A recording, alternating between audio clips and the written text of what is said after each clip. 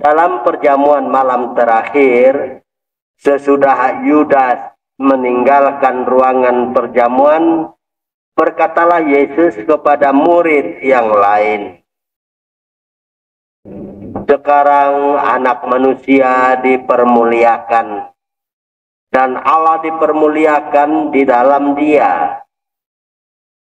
Jikalau Allah dipermuliakan di dalam Dia, Allah akan mempermuliakan Dia juga di dalam dirinya, dan akan mempermuliakan Dia dengan segera. Hai anak-anakku, tinggal sesaat lagi aku ada bersama kamu. Aku memberikan perintah baru kepadamu, yaitu supaya kamu saling mengasihi, sama seperti aku telah mengasihi kamu. Demikian pula kamu harus saling mengasihi. Dengan demikian semua orang akan tahu bahwa kamu adalah murid-muridku, yaitu jikalau kamu saling mengasihi." Demikianlah sabda Tuhan.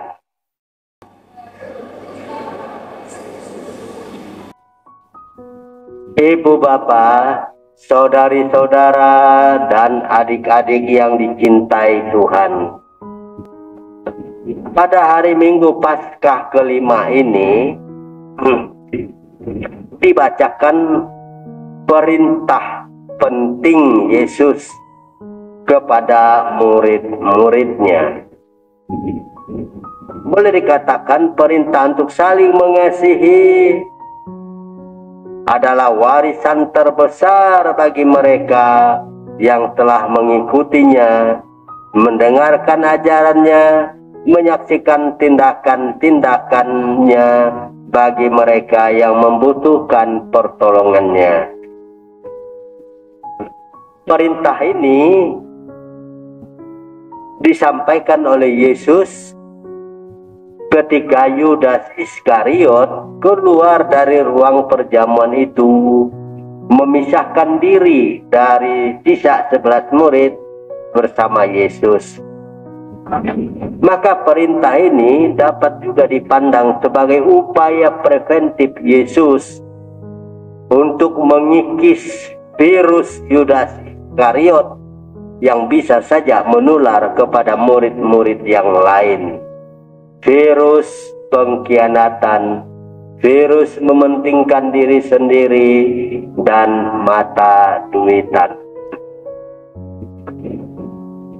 Perintah untuk saling mengasihi ini diberikan oleh Yesus kepada murid-murid agar mereka tidak kejangkitan penyakit Yudas Iskariot yang teganya berkhianat karena silap mata melihat atau mendengar tawaran sejumlah uang.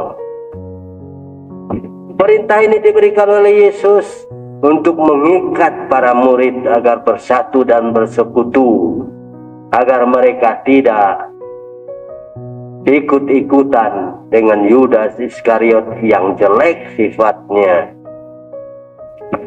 Umat beriman yang dikasihi Tuhan Yesus Kristus,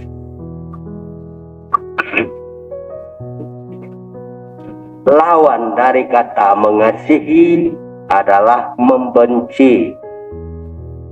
Lawan dari kata kasih adalah tidak peduli dan kekerasan.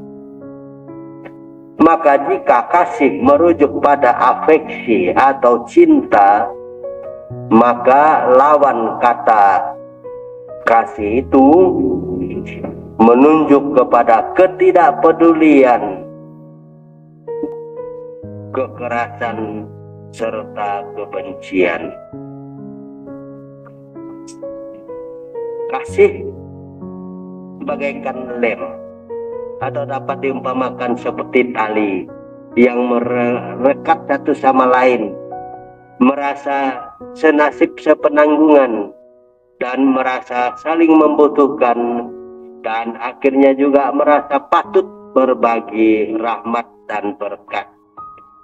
Sebaliknya, kebencian itu memisahkan, memecah belah, dan memporak-porandakan serta mengobarkan api peperangan.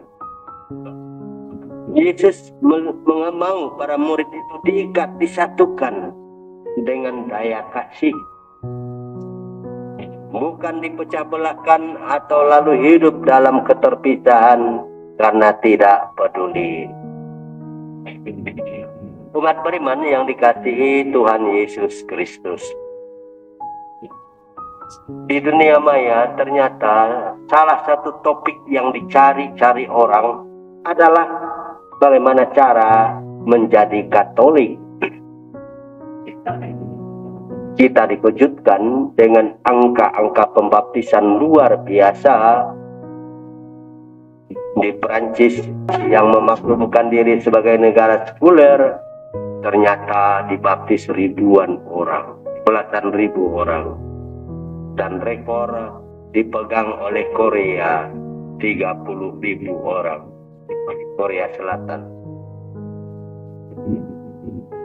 Beberapa alasan yang membuat orang lalu mencari-cari cara atau langkah-langkah untuk menjadi Kristen, menjadi Katolik, ialah pengaruh dari berita-berita dan tayangan seputar kunjungan dan kematian Paus Fransiskus. Wajahnya dan peti jenazahnya yang sangat sederhana, serta makamnya yang juga menurut hemat saya paling sederhana dari seluruh makam Paus, menggetarkan jiwa orang sehingga orang ingin mencari tahu apa sih kekuatan hidup orang ini. Pemilihan Paus asap putih yang keluar dari cerobong Kapel Sistina dan munculnya sosok Paus baru, Leo ke-14, juga rupanya telah menggetarkan jiwa banyak orang, sehingga mereka bukan sekedar ingin tahu siapa Paus itu, tetapi juga mencari tahu bagaimana cara menjadi Kristen dan menjadi Katolik.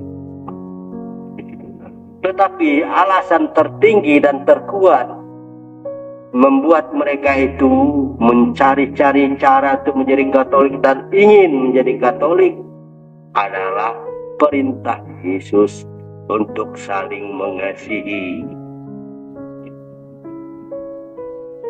Dunia, terutama orang muda, bosan dengan dunia yang penuh dengan kekerasan, kebohongan, kebencian, dan penipuan. Orang-orang yang memiliki sedikit saja kehendak baik berusaha menjadi jalan untuk menjadi orang baik dan orang benar. Orang-orang yang bingung merasa menghadapi keadaan dunia yang serba tidak pasti, terombang-ambing, juga bingung menghadapi akhir hayat, yaitu kematian, berpaling kepada sosok Paus kita yang waktu sakit berat pun, waktu tidak sudah tua, sudah uzur pun masih berkunjung ke negara-negara, dan negara kita mendapat berkat luar biasa karena negara yang dikunjungi pada akhir hayatnya. Sosok Paus Leo ke-14 yang sederhana, senyum dikulum tapi mata menatap tajam, membuat orang merasa ada sebuah kepastian di dunia ini, ada harapan akan kebaikan dan cahaya pengharapan. Ketika banyak orang merasa bergetar jiwanya karena ketakutan menghadapi penyakit dan badai kehidupan serta sakratul maut, menitip pesan kepada anak cucu agar mencari jalan-jalan kehidupan yang abadi. Dan itu ditawarkan oleh Yesus Sebelum sampai kepada hidup abadi itu, maka penting dunia ini hidup dalam kasih. Umat beriman yang dikasihi Tuhan Yesus Kristus, perintah untuk hidup dalam cinta kasih ini tercatat 8 kali dalam Alkitab, mulai dari kitab Imamat sampai dengan surat Rasul Yakobus. Banyaknya adalah sampai 8 kali dikutip tentang pentingnya mengasihi sesama, bahkan ada tekanan seperti dirimu sendiri.